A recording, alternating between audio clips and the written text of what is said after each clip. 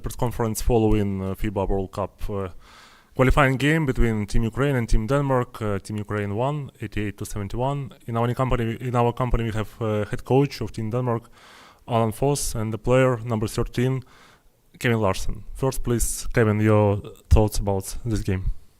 That's hot. It was a good game. Beginning of the game, we started really well. We matched their physicality, and we felt like we were doing good. Then they turned up the pressure on us, and it felt like we were kind of stuck in the mud, couldn't really handle the pressure and the intensity. And then it's tough against Ukraine to play catch-up. And they're a very experienced team, and they have very good players. So when you get down 10-15, it's very hard to come back. But we fought to the end, and that's all we could do in this situation. Thank you, Kevin. Coach, please, could you share your comment about this game? No, I agree with what Kevin said. We are not very experienced team, and when two of our main guys struggle as they did today, Tobias Jensen and Diba Bakari, had a hard game today. Where it's going to be hard for us to beat a game and match the physicality of a team like Ukraine, who's obviously a good team. They came from a win in Georgia, which is not easy. So we knew they were good. We knew they were very physical, but we need to have a good game and everybody to play up to the level to win a game like this. So we don't have questions. So thank you, Kevin. Thank you, Coach, and good luck next games. Thank you. We'll come back with Team Ukraine.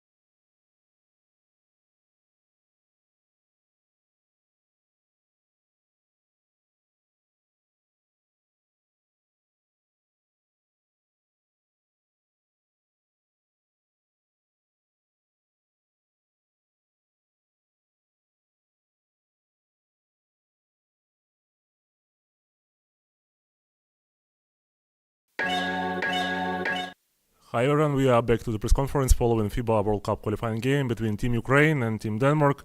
Team Ukraine won this game 88-71. In our company we have player number 11, Alexander Lipovy, and the head coach of Team Ukraine, Ainars Bagaskis. First, please, Sasha, your summary about this pretty confident win. First of all, it's all the time good, when you finish the window with two wins. This win is really important for us, and also we have I think good difference with the points. Thank you everybody who come today for a game, to support us.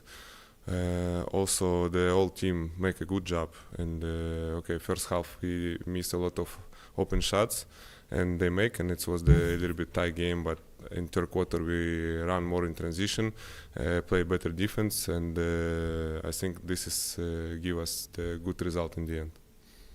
Thank you. Ainars, could you please also share your comments? I like the one thing now when I'm watching the statistically, we just cover let's say the best thing was for Denmark team, that is the rebounding. They are one of the best teams in I have to say in Europe, because even watching the previous games how they did in previous qualification and previous game, everybody goes very aggressive on the board. And if till halftime we lost few balls, then now end of the game we control totally rebounding. And with that immediately is also second thing what we cover, transition defense. Because if you stop Denmark like you cover the transition defense, you have, like I'm going to usually say, 50% more to be successful. I'm not said to win, to be successful. And these two things was a key factor in this game. Thank you. Sasha, could you also please share your thoughts in native language in Ukrainian? Перш за все, хочу подякувати нашим воїнам, які сьогодні прийшли, які зараз знаходяться в Ризі на реабілітації і прийшли нас підтримати.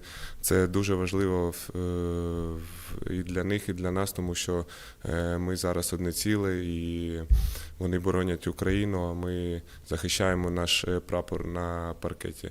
Тому дякуємо їм, що вони прийшли нас підтримати. Дякуємо всім фанам, які сьогодні, і фанам, які прийшли підтримати нас. І я думаю, що це найголовніше зараз. І це допомогло нам теж сьогодні відчути гру у другій половині і половині виграти в кінці. Thank you. And coach, maybe could you give us also a summary for the whole window? That summary, that's of course most important. We start this, let's say, sprint distance with the two wins. That's the most important in our sport, in every sport. But also I'm happy for quality, for attitude from the play, for quality of the basketball what we did on the court, and for the attitude. And now when you see the statistics from this game, from previous game, I think I can maybe send the message from most of our team, from the coaches, from our team players, because that's like they also always mention. I played kind of many games in Latvia national team. I was the coach, and I always count as the players when they play for national team. First of all, they enjoy more. Sometimes they show better quality basketball and know the best each other, because they know best each other. And now when you see the statistic, I'm not the coach who is trust too much to statistic, but when you see the statistic, I think for most of our team players, they did much better job as they do in a club's team. And that's maybe going to be the message for the coaches, just check how to use these players better. Thank you. We have questions.